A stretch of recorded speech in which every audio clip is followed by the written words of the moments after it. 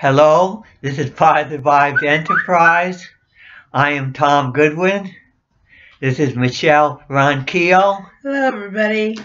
And we're going to be talking about crisis training, which we do a lot of spiritual training, but all our training isn't necessarily pure spiritual because we do aerobic training and other things. Because anything that makes you healthy is good for you spiritually, but it's good for other reasons too. Correct. And when you're doing this type of really intense, challenging, demanding, difficult, and a lot of times painful type training, you have to be in the present.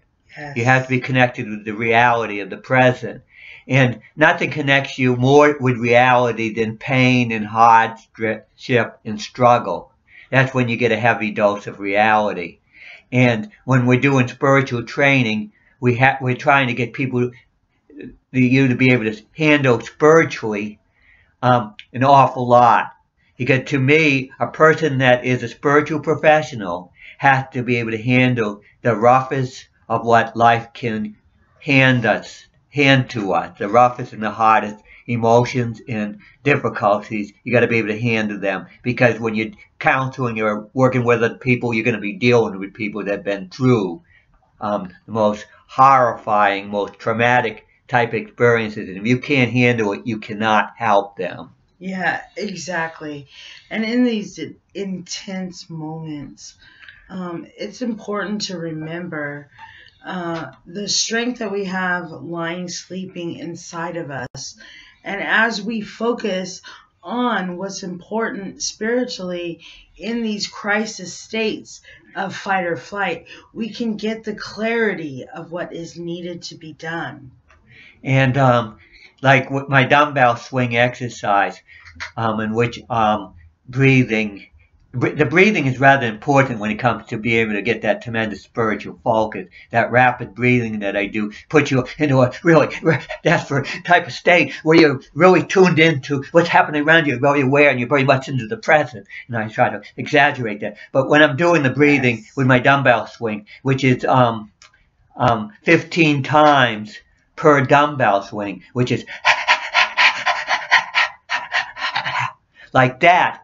That is intense. That's putting you very much in the moment. You can't go do that type of breathing and focus on moving that dumbbell swing from between your legs to behind your head the way I do without being in the moment. It lasts 6 minutes, but those 6 minutes are an eternity. I can't even think about when it's going to be over. I just focus on 1 minute at a time, and then I'm focusing on the beginning of the minute, and then I'm focusing on the end of the minute. You get caught up in a very narrow time frame. The time, you get into a very small pocket of time in which you can put a lot of intensity in. And when you're able to put a lot of intensity in a very tiny little bit of time, that's how you're the most effective with crises. Yes. And when you're dealing with a person in crisis, you want to be able to really go boom and hit that intensity, that part of them, because the person has locked in them the trauma, and the trauma is like a piece of time, a little piece of time that has really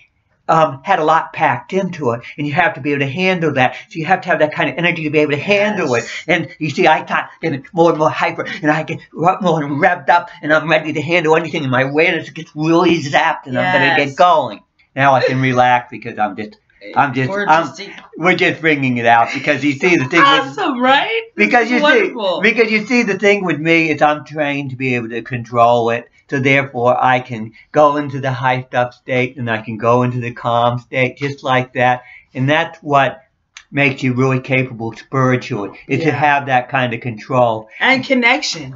Because it's all about, in the crisis, who can connect with what they're trying to say, what they're trying to deliver, what their passion overflowing, because it's been so locked in, is going to say and express, and how we can handle it and react to it, and also help control the understandings of balance of reality needed at that moment.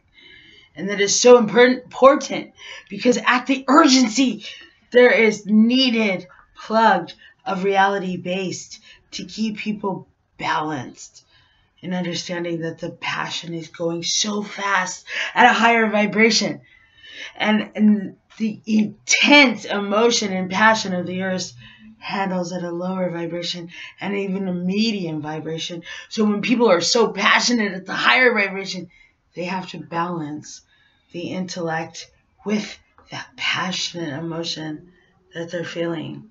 And what you do is you learn to be inwardly relaxed while being outwardly intense. Yes. And that's what gives me the control, because even though I was putting out all that intensity, I was relaxed within, which meant that I could immediately go to that relaxed state, just like that. You're in the stillness. And that's what gives you control, to be able to go all out or not at all, just like that, to make the decision. Yes. Will I withdraw from the situation and recharge and become invisible, or will I go all out and become very visible and I try to impact the situation as much as I possibly can in a positive way, of course. Exactly. And when you're plugging into a positive way, we want people to understand that it is the balance of that reality-based sense of who we are and what we're trying to say in that passionate state, in a very calm and rational state. So when crisis happens and you can control yourself in that crazy, intense moment, you are literally walking that spiritual line of where you can control that chaotic and intense motion. And what I say is, the more intense the training you're putting yourself in, the more careful you have to be. You have to have that care, and that carefulness comes from your calmness. If you panic, you cannot be careful. So you have to have a coolness in order to be careful. And it is true that the more intense you get, the more the danger is that you're going to get, you're going to hurt yourself or do something wrong, because you have to be so precise. You have to do things exactly right, and you have to have your intuition really tuned in. So you have to have that calmness, and that helps your intuition to tell you the clarity to hit that fine line. That was our last topic, so that you don't get into trouble with it.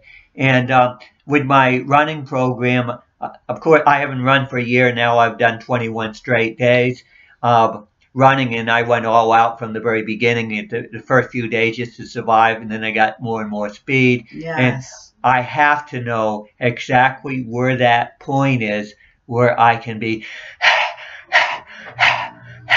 doing my breathing and, not go, and my body can handle it, and it doesn't, have some kind of physical, I don't damage myself physically.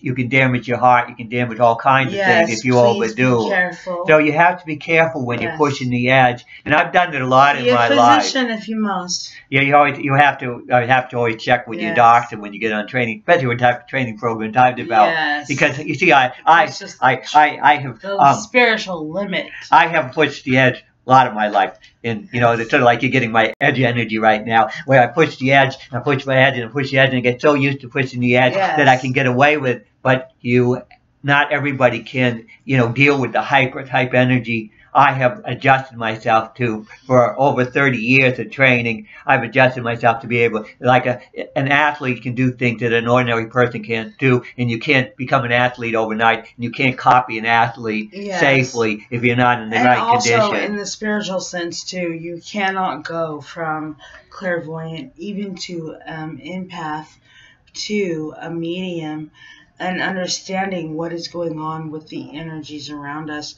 And it is important that you have your physical abilities as well as your spiritual intuitions, trusting that gut. It's always important in a crisis that you trust what you're feeling is real, and also go with the emotions that's going to give you the best results.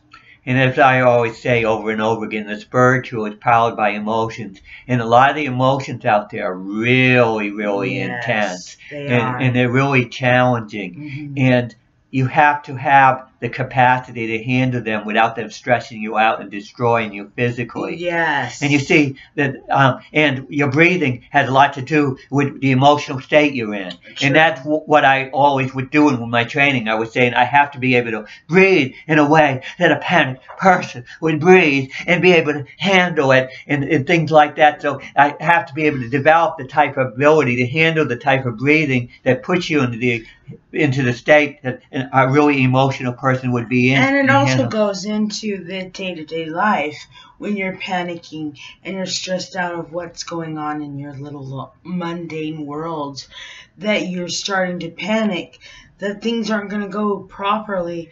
But if you tune in to what's really important and go into the moment of the crisis, the moment of your strength, the moment of your understanding that you control how you feel, you decide what and where you put your energies into. That's what this training provides, is that knowledge of where you can literally stand in the clarity of what you're going to do in this crisis moment of whatever's going on in your life, and understand that you have the ability to get the courage and the strength to change the situation and make it go the way you want to, and understand that the spiritual crisis is just a test of what you can do with the abilities that what you have.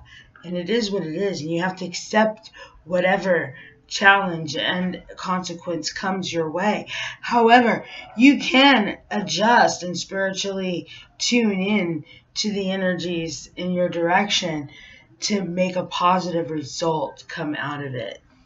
And one of the things, like I talk about the breathing, you get comfortable with the breathing. Then when you go into a panic type state, you can do the type of breathing that will get you out of that state. Yes. So it's very important. And when you're doing the meditative walk, you're going to end up doing a very careful cat-like movement in order to keep your balance real well while you're in the altered state. You're going to be doing the breathing that puts you in the altered state. You're going to be doing the up and down movement to give your blood circulating to your brain so that your brain will be able to function. And you're looking up more, and you are cat-like. You're pushing your feet up and down. And it puts you in the type of state when you're walking like that you're ready. For whatever's going to happen. You're like a cat about to pounce. You're ready. You're in the moment. You're ready. And whatever happens, you can actually go out of that meditative state just like that. I challenge everyone that's watching this to try and see what we're talking about, cat-like movements. Because when I'm doing my meditative walk, I've run into dogs that weren't very friendly. And oh my goodness! And all of a sudden they're right there, and it's in that crisis state, just like we're talking about now. You're in a crisis moment of, oh my God, there's this big pit bull sniffing my leg as I'm meditative walking, and you handle it very well. Yeah, well, you'd be surprised. You'd be surprised at how animals can read your body language, and sometimes when I'm walking. But it trains you for your everyday life. I'm walking along, and this animal starts reacting to me, and then I do an even more slow, careful cat-like movement, and the animal, better be careful. This person's about to pounce. I don't want to Every one of them are friendly and follow us home. Well, we're getting more friendly responses.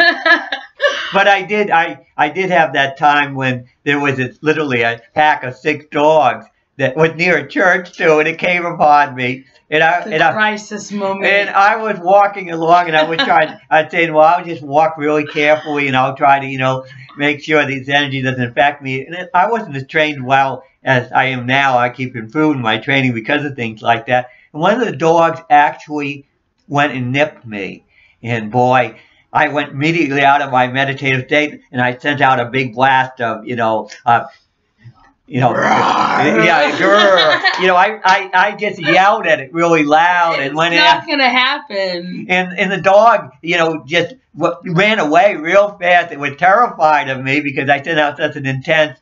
My energy's not like the ordinary human being they're gonna run into. Right. I can send out real intense energy because of my training, and I wasn't there that day, folks, but I would probably be halfway down the block as this was happening. I wasn't hurt by the nip. Obviously, my spirit protected me, but the fact that it nipped me meant that dog needed to get a blast of my energy. Yes. And dogs, a lot of times, they reflect the energy around the area where they are. They get the energy from human beings. They get it from their owners and all. Yes. So, and just like people, they need to have that watch out. Don't step over my boundaries. My spiritual boundaries are here. Don't step over that. So animals are. I don't care what the source of a spiritual energy that's messing me with is. I'm going to react to any spiritual energy that's messing with me and try to straighten it out. So therefore, it doesn't matter if it's a dog, a human, or whatever. Exactly. If it messes with me, I'm going to watch out. In other words, because that's what I'm trained to do. And the human voice is very powerful. And I found that it's amazing what the voice can do if you have trained yourself spiritually, because your spiritual training actually increases your intensity of what you can send out verbally and what kind of impact. When you say something with passion, you have a lot of impact in this world. Voice it out. And it can be positive or it can be negative. You better make sure it's positive, because whatever you send out is going to come back to you. Exactly, that karma rule. But what is most important is that in a crisis moment, you voice out that you won't be a victim. You are a leader, and you won't take or sacrifice what you have, your essence. You won't sacrifice that for anything. And so you're going to stand up and speak out to the injustices of those crisis moments.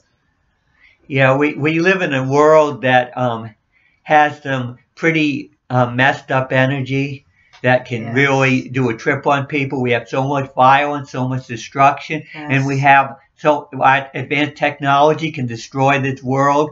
It can do wonderful things, but if it's in the wrong hands, it can do terrible things. Yes. So we really need to become a lot more focused and a lot more intense, because that crisis-type energy, that energy that puts you so much in the present, it's a type of energy that can come when you're working with other people. You can solve amazing problems in the moment and do warriors. Yeah, so we can do a lot more to straighten this world out, but we have to get out of the dark ages spiritually. We have to get out of this really mellow type spiritual training and get into the type of training that really makes a difference. That's really intense and can handle the intensity of the problems we have. Push yourself. You're going to push yourself to do those things that are going to better your life and make yourself stronger. I get up every morning going, oh my God, I'm walking this little bit of miles and it's driving me nutty.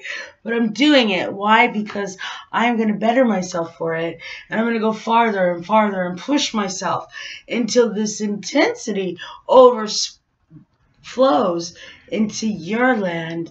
And then you start pushing yourself, and you understand the meaning and the purpose of Positive Vibe Enterprises. Yeah, she's sort of like picking up on my energy, and before you know it, she's going to be... Watch out, world. Yeah, I got to watch out myself, because she's going to catch up to me eventually. So watch out, her future, she's going to catch up to me. But I don't mind that. The reason that we want that for all of you. The reason anybody wants to train other people is for them to be the best that they can be. The best version. And if you may be pretty good yourself, but you don't mind if when you're training somebody, if they actually become better than you. Let's go, people. Because, come on, I want those future generations. Because the pioneer that developed the techniques isn't necessarily the person that can perform the techniques to the maximum. They're just the one that developed it. We need each other, and I believe in you, and you believe in me, and that's all about the energies that we're trying to do in this crisis mode.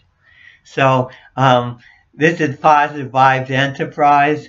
We've been talking about this, and mainly the focus on the present. There are times when you have to focus on the future and planning for the future, so the future doesn't get really messed up. You create the future, and there's times when you have to be learning from the past. Right now, and after you've gone through this crisis, or you've done the training and all, that you might have to figure out what you've learned from the situation, especially when not training, you may not learn as much, but when you deal with a real life crisis, you always have to do an assessment afterwards and learn from it, and then say, what can I do better in the future? So you get that past, present, and future. The future is you got to know what is coming up, so you can have a proper strategy, or you have to, sometimes if you're trying to set some kind of future goal, you have to formulate how you're going to get there. So there is a formulation you need, the present is being created, but there are times in which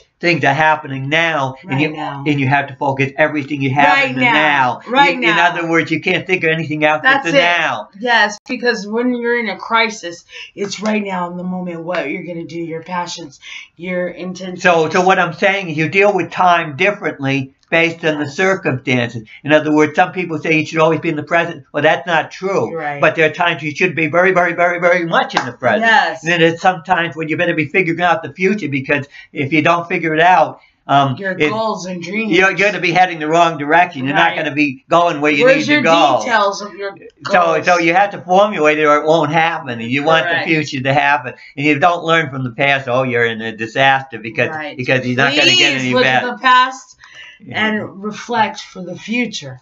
Okay, so I just wanted to make that clear before we terminate this moment of Positive Vibes Enterprise video. The subject today has been crisis training. We are glad you watched. Please subscribe. Continue. Subscribe to our YouTube channel. And leave comments. And spread the word about us. Because we're not fooling around. We're here to stay. We're like glue. In other words, we're trying to get a new spiritual movement together. And I want people to join us. I want people to question us, to challenge us, and see what we're made of spiritually. Because you need to always check people out and see what they're made of spiritually, to check their character, test them, and see what they're really made of. You don't ever, say, I'm just going to take the person's word for it. You always challenge people. It's like you challenge everything in this world to find out what value it has for you, whether it's worth your while. Yes, definitely. And actions speak louder than words. Peace, love, and we'll see you next time. Thank you very much, and thank you for watching.